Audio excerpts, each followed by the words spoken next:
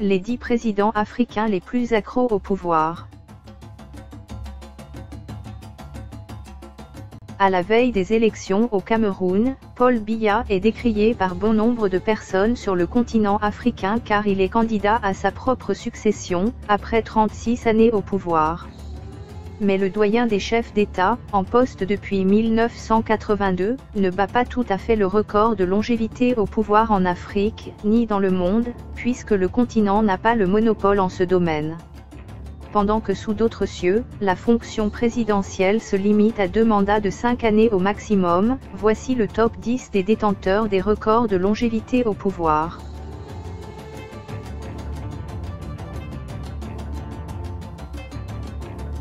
« 19 ans de règne sans partage. Élu pour la première fois en 1999, Abdelaziz Bouteflika avait supprimé lui-même la limitation du nombre de mandats présidentiels, éveillant les soupçons d'une présidence à vie. Cette mesure lui a permis d'enchaîner 4 mandats à la tête du pays. Mais en 2016, le Parlement a adopté un projet de révision constitutionnelle visant à limiter le nombre de mandats présidentiels. Ce 4e mandat sera donc le dernier du président algérien, âgé de 81 ans.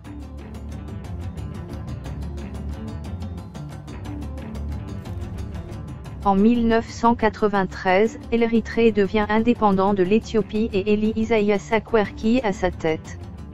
Selon le magazine français Le Monde, je cite, le président Isaias Afwerki est passé, en 24 ans du statut de héros vénéré de la guerre de libération à celui d'impitoyable dictateur brisant toute voie dissidente et ayant isolé son pays des bords de la mer Rouge du reste du monde.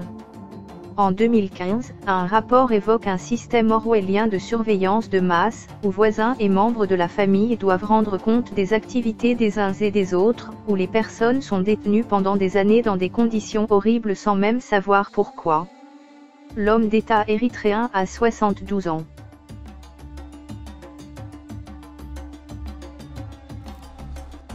À 66 ans, Idriss Déby Itno cumule déjà plus de 20 années au pouvoir mais ne semble pas pour autant lassé.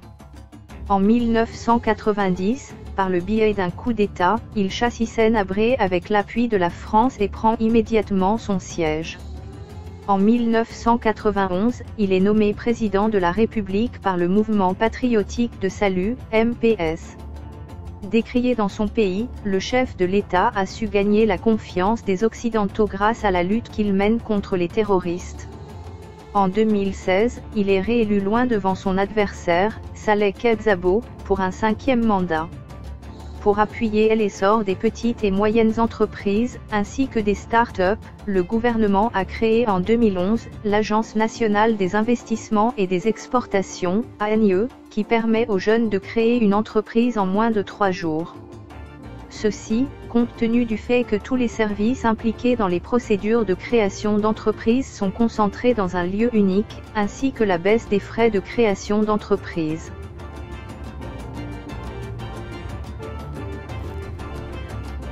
Né le 1er janvier 1944, Omar Hassan el-Béchir est un militaire et homme d'État soudanais.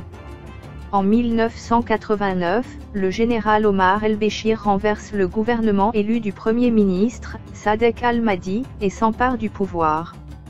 Il est mis en accusation par la Cour pénale internationale pour génocide, crimes contre l'humanité et crimes de guerre commis durant la guerre du Darfour. Omar el-Béchir est âgé de 74 ans.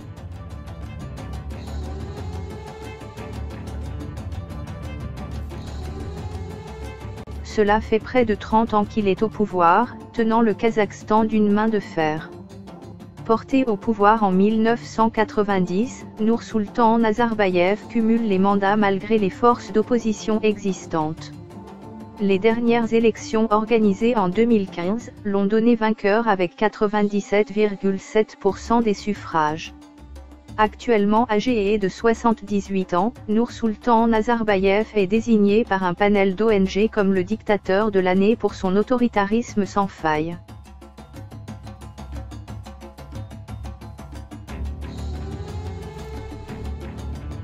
Âgé de 94 ans, le président du Zimbabwe, Robert Mugabe, a été jusqu'à l'année passée, le plus vieux dirigeant en exercice dans le monde. Élu président en 1987, il est régulièrement accusé de s'éterniser au pouvoir. En septembre 2016, des manifestations anti-Mugabe ont été organisées, réclamant sa démission immédiate. Ce à quoi Robert Mugabe a logiquement répondu qu'il resterait au pouvoir tant qu'il le pourrait. Mais en fin 2017, alors qu'il dirige de facto le pays depuis 30 ans et qu'il est le plus âgé des chefs d'État en exercice dans le monde, il est victime d'un coup d'État qui conduit le Parlement à engager une procédure de destitution à son encontre. Il démissionne alors de la présidence du Zimbabwe quelques jours plus tard.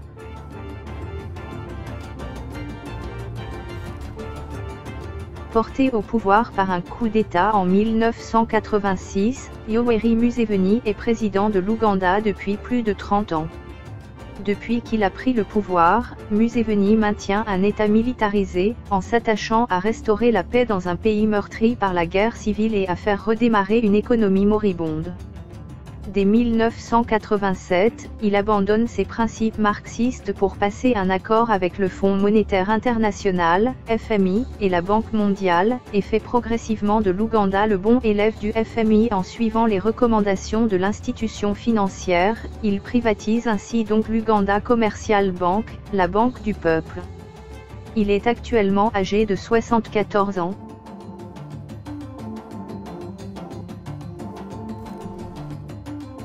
Pour Paul Biya, 85 ans, le pouvoir est sacré et il se garde. Arrivé à la présidence en 1982 après la démission du président Amadou Ahidjo, il se hisse, sans grand effort, sur le podium de ceux qui détiennent le pouvoir depuis le plus longtemps. Paul Biya a déjà été réélu 5 fois consécutives. Le 13 juillet 2018, il annonce sur Twitter qu'il sera candidat à sa propre succession lors de l'élection présidentielle de 2018. La lutte contre la corruption a fait l'objet d'initiatives sous la présidence de Paul Biya, avec notamment la mise sur pied en 2006 de l'opération Épervier. Cette opération judiciaire anti-corruption a conduit à l'arrestation de plusieurs hauts fonctionnaires de l'État. Mais le succès mitigé de l'opération pourrait s'expliquer par la quasi-impossibilité de récupérer les fonds détournés des établissements financiers étrangers qui les accueillent. Le 25 novembre 2010, le parquet de Paris ouvre une enquête préliminaire pour recel de détournement de fonds publics sur Paul Biya, à la suite d'un dépôt de plainte par l'association Union pour une diaspora active 23 jours plus tôt. Les nombreux séjours privés de Paul Biya en Europe, notamment en Suisse, sont également l'objet de polémiques récurrentes. En 2015, alors que François Hollande était en visite au Cameroun, Paul Biya affirmait cette phrase devenue culte, « Ne dure pas au pouvoir qui veut mais dure qui peut ». Paul Biya fait partie des chefs d'État à la longévité la plus importante.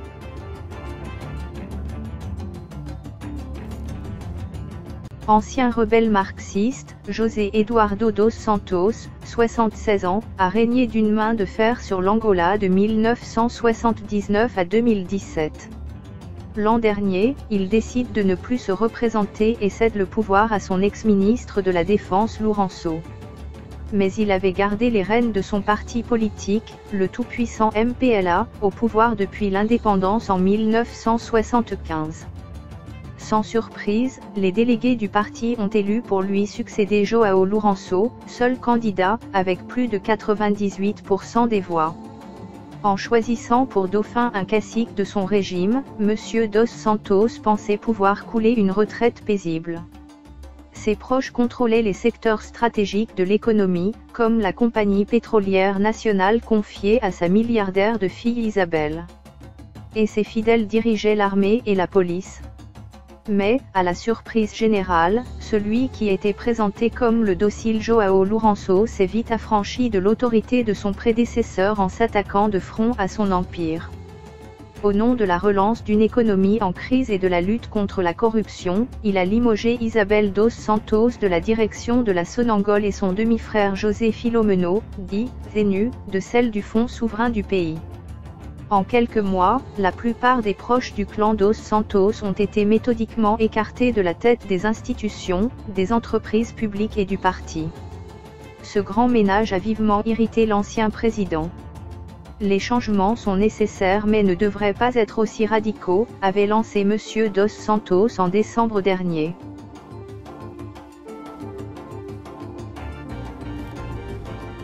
En 1969, Francisco Macea Nguema, oncle de Teodoro Obiang Nguema, est élu président de la République. En 1975, son oncle positionne Teodoro Obiang à la tête des forces armées puis le nomme vice-ministre des forces armées populaires en 1979. La même année, Teodoro Obiang Nguema renverse son oncle, prend le pouvoir comme président du Conseil militaire suprême avant d'être nommé président de la République en 1982. À ce jour, Teodoro Obiang Nguema Mbasogo est le plus ancien chef d'État africain en exercice. Nous sommes arrivés à la fin de notre classement. J'espère que vous avez apprécié. S'il y a d'éventuelles questions, suggestions ou conseils, je serai ravi de les lire dans les commentaires. N'oubliez pas de laisser un joli pouce bleu et de vous abonner pour découvrir de nouvelles vidéos. Ciao!